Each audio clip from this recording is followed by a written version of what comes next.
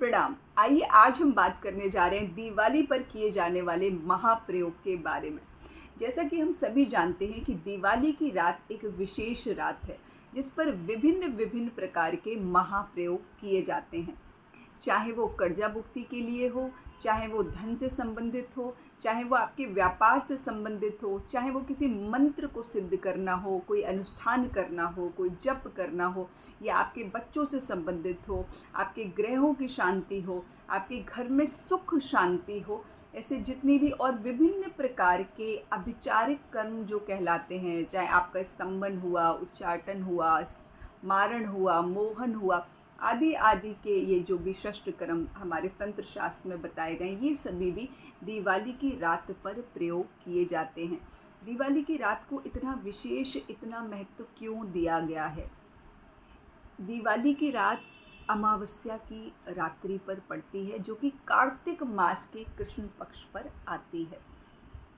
आप सभी जानते हैं कि कार्तिक मास का अपने आप में कितना महत्व है। कार्तिक मास में स्नान, दान, जप, दीपदान सभी को विशेष महत्व दिया गया है। पूरा कार्तिक मास आपके जितने भी आध्यात्मिक कर्म हैं उन सब के लिए विशेष माना गया है। और इसके साथ ही अमावस्या अपने आप में इतनी महत्वपूर्ण है। एक तो कार्तिक मास, ऊपर से अमावस्या की रातें। अमावस्या की रात को महानिशा भी कहा जाता है, क्योंकि ये बहुत ही गहरी, काली और अंधेरी रात है। और इस रात का जितने भी तांत्रिक है और जो सिद्धियां करना चाहते हैं वो प्रतीक्षा करते हैं, और ऐसी काली रात्रों में वो अपनी सिद्धियां किया करते हैं। अब ये जुड़ता है दिवाली से, जहाँ हम सभी महालक्ष्मी का पूजन करते हैं, जो सुख संपदा प्रदान करने वाली हैं, जो आपके सभी शांति कर्म को पूर्ण करने वाली हैं, आपके धन संबंधित जितनी भी परेशानियां हैं सभी को दूर करने वाली हैं। इस दिन महालक्ष्मी का आवाहन किया जाता है, और ऐसा भी माना जाता है कि इस दिन रात्रि के समय महालक्ष्मी देवी हमारे घरों में प्रवेश करती हैं।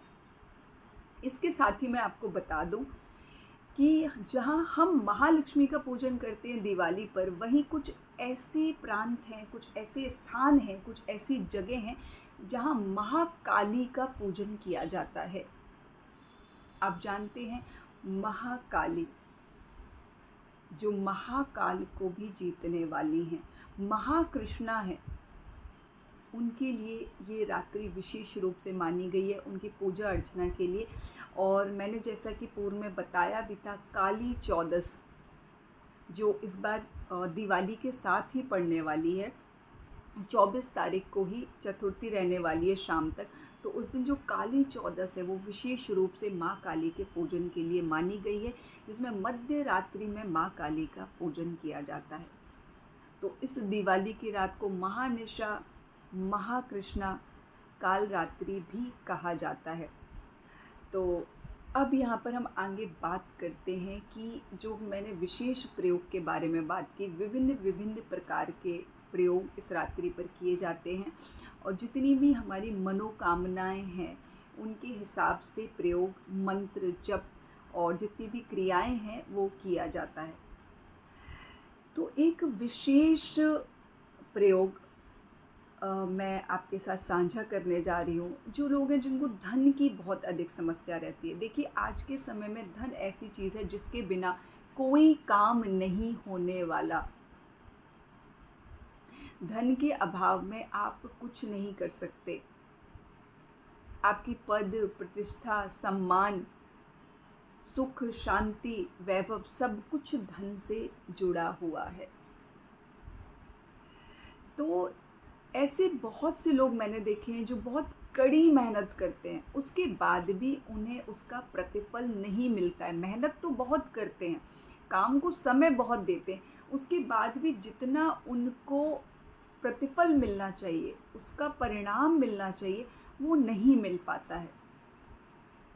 और धन का अभाव सदा बने ही रहता है, या आया उसके बाद उतना बचता नहीं है, आया और साथ के साथ धन चला जाता है।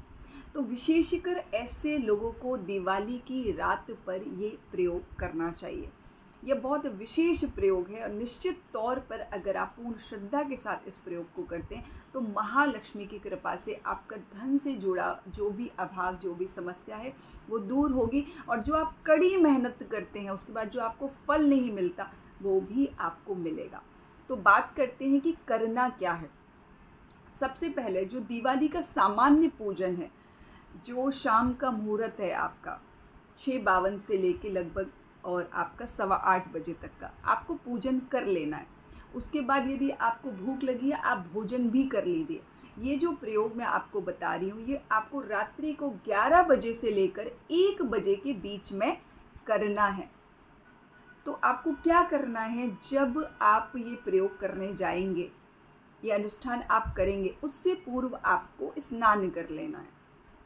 भोजन आप चाहें आप कर सकते हैं, पर पूजन से पहले ये जप जो आप करेंगे उसके लिए आपको स्नान कर लेना है। स्नान करने के बाद आपको लाल रंग के या गुलाबी या फिर पीले रंग के वस्त्र धारण करने हैं, चाहे स्त्री हो या पुरुष। लाल, गुलाबी या पीत वस्त्र के, पीत रंग के, इनकी जो पीतांबर पीला रंग है उसके वस्त्र आपको धारण कर लेने, शुद्ध वस्त्र जो धुले हुए हो। और अगर किसी के पास ऐसा नहीं हो पाता है तो वो पुरुष हैं, वो सफ़ेद रंग का वस्त्र भी धारण कर सकते हैं, सफ़ेद। अब आपको क्या करना है, आपको गुलाब की माला लेकर आनी है। आपको गुलाब का या मोगरे का इत्र अपने पास रखना है। इसके साथ ही एक शुद्ध देशी घी, जो गाय का देशी घी आता है, उसका आपको दीपक प्रज्वलित करना है। आप पहले से गाय के देशी घी का इंतज़ाम करके रख लीजिए। और आपको माँ के नैवेद्य के लिए बहुत सरल, जो आपके घर में उपलब्ध हो। माँ को प्रिय है आंवला, आप उनको आंवला अर्पित कर सकते हैं। नारियल माँ को बहुत प्रिय है। बताशा और मखाना माँ को बहुत प्रिय है। आप हलवे का भोग लगा सकते हैं, खीर का भोग लगा सकते हैं। तो अपनी सुविधा के अनुसार आप नैवेद्य रख लेंगे। अब देखिए आपको करना क्या है। आप स्नान आदि करके माँ के समक्ष माँ लक्ष्मी का एक चित्र अपने समक्ष रखेंगे। अगर आपके घर में पूजन स्थान पर रखा है बहुत अच्छी बात है, नहीं है तो आप एक चित्र अपने पूजन कक्ष में लगाएंगे। उसके सामने अपना आसन डालकर आपको बैठ जाना है। और उसके बाद आपको क्या करना है, 1 लोटा जल अपने पास रखना है और आपको संकल्प करना है। संकल्प के लिए आप अक्षत लेंगे, हाथ में रुपया लेंगे, जो भी 5 का सिक्का, 10 रुपया, 11 रुपया, ऐसे हाथ में एक पुष्प लेंगे, गुलाब का पुष्प रख लीजिए, थोड़ा सा जल लेंगे और ऐसे मुट्ठी बंद करके इस प्रकार से हाथ से ढक के आप संकल्प करेंगे। आप संकल्प करेंगे कि आज की रात्रि में आपको जितनी माला करनी है, जो मंत्र मैं बताने जा रही हूँ उसकी आपको 11 माला करनी है। तो आप बोलेंगे कि आज की रात्रि माँ मैं इस प्रकार ये आपके 11 माला इस मंत्र का जप करूँगा या करूँगी। और जो आपकी मनोकामना है उस मनोकामना को आप बोलेंगे। जो भी धन संबंधी आपकी परेशानी है आप उसको बोलेंगे, चाहे आपको कर्जा है, धन का अभाव है, धन रुकता नहीं है, चला जाता है, मेहनत करते हैं आता नहीं है, वो आप बोलकर और कहेंगे माँ इस संकल्प को आप मेरे पूर्ण करें। ऐसा करके आप माँ के चरणों में जो सामग्री आपके हाथ में थी उसको अर्पित कर देंगे। उसके बाद जो जल लोटे का आपके पास रखा है उसका धरती माँ का ऐसे आप आचमन करेंगे, अपने इष्ट को प्रणाम करेंगे, अपने गुरुजन को प्रणाम करेंगे, थोड़ा सा जल अपने आसन के नीचे डाल के प्रणाम करेंगे आसन देवता को, अपनी कुल देवी को प्रणाम करेंगे।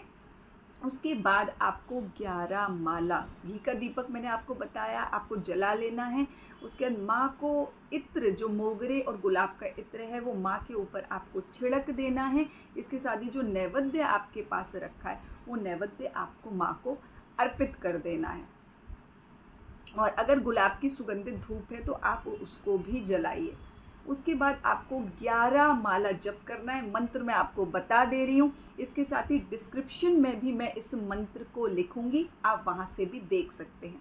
मंत्र बहुत सरल है। ओम श्रीं श्रिये नमः।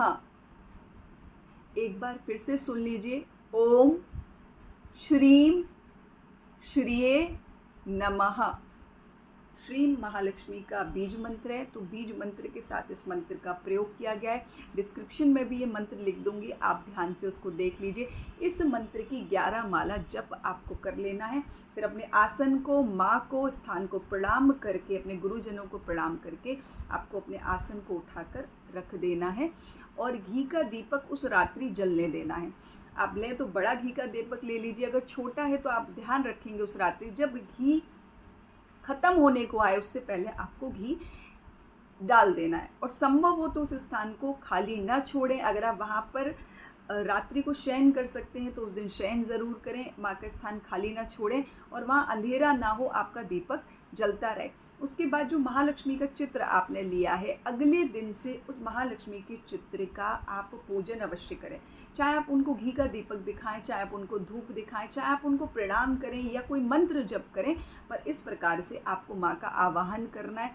और संभव हो तो एक माला, जो 11 माला हमने रात्रि को की, एक माला का जप आप दिन में किसी भी समय अवश्य करें। नहीं कर सकते तो 11 बार, 21 बार, 51 बार मानसिक रूप से आप कर सकें, करते रहिए, जिससे भविष्य में भी आप पर माँ की कृपा बरसती रहेगी, उनका आशीष आप पर बना रहेगा और धन का अभाव भी आपको कभी नहीं होगा। यकीन मानिए ये बहुत ही विशेष प्रयोग है, इससे आपकी श्रद्धा जुड़ी। अगर आप पूर्ण श्रद्धा के साथ माँ से प्रार्थना करके इसको करते हैं तो निश्चित रूप से आपको धन का अभाव नहीं होगा, माँ आप पर प्रसन्न रहेंगी, उनकी कृपा आप पर बनी रहेगी।